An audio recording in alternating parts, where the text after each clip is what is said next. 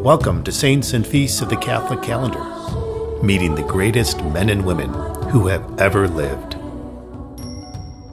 June 1st, St. Justin Martyr, 100 to 165, patron saint of philosophers. The cut and thrust of philosophical debate led him to truth. On one of his first missionary journeys, St. Paul found himself in Syria. He was at a crossroads and needed to decide where he would travel to preach the gospel. Do I head east and bring the gospel to the Gentiles of Mesopotamia, Persia, India, and China? Or do I travel west, to the Greeks, Romans, Franks, and the people on the rim of the Roman Sea, the Mediterranean? The Acts of the Apostles relates the mystical event that happened next. During the night, Paul had a vision. There stood a man of Macedonia pleading with him and saying, "Come over to Macedonia and help us." When he had seen the vision, we immediately tried to cross over to Macedonia, being convinced that God had called us to proclaim the good news to them. Macedonia is in Greece, so St. Paul's sails opened and he tacked west. The rest is history. In the person of St. Paul, the Church herself turned toward Greece and her philosophical tradition. It was the plan of God that his church would decisively encounter philosophical truth, not myth and custom, as its partner in dialogue.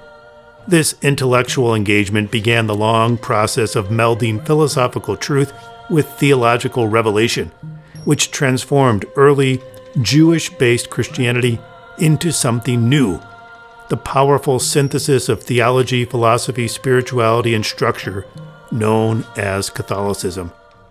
Today's saint was a philosopher in the Greek tradition, born around 100 AD in Samaria to Greek parents.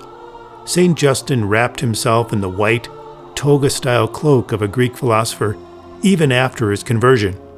He is the most well-known apologist of the 2nd century, the only true Christian thinker known between the time of St. John the Evangelist and Origen in the first half of the 3rd century.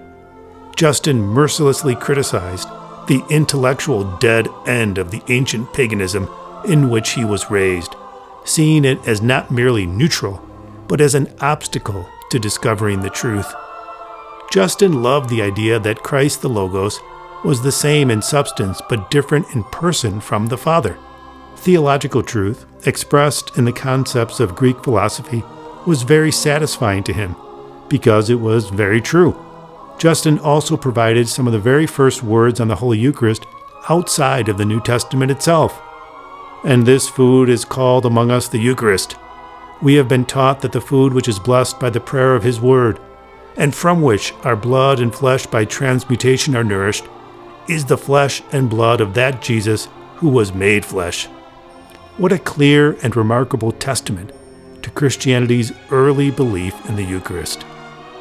Justin moved to Rome to teach philosophy and spent decades there writing and interacting with the higher echelons of Roman society. But even a thoughtful intellectual was not immune from persecution for being a Christian. Sometime between 162 and 168, Justin and 6 companions were called to answer for their beliefs before the prefect of Rome. The record of the trial has been preserved and shows the prefect demanding that Justin sacrifice to the gods of Rome. Justin and his friends refuse and are threatened with torture and death. They respond, "Do as you wish, for we are Christians, and we do not sacrifice to idols." What bravado! They sternly refused to be idolaters. They were duly led away, scourged, and beheaded. Justin chose, as the Church chose, the God of the philosophers over the false gods of paganism. This was a choice for truth over illusion. As Tertullian would later write, Christ has said that He is truth, not custom.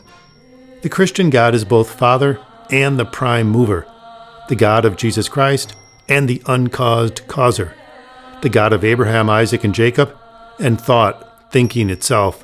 He is Father and He is Almighty. He is everywhere because He is nowhere. He is paternal and close at hand, but forever mysterious and inaccessible. He gives a name, I am who am, which is really a riddle. We take this complex understanding of God for granted today. But the labor of early Christians like St. Justin Martyr dug the deep intellectual foundations into which were later driven the piers of sound doctrine. It takes very smart people to make simple points. St. Justin, you surrendered your life rather than worship an idol. Your refusal to abjure your faith gives an example to all Christian intellectuals and teachers that the deepest truths are not found only on a page, but must be lived and sacrificed for, even unto death. Amen.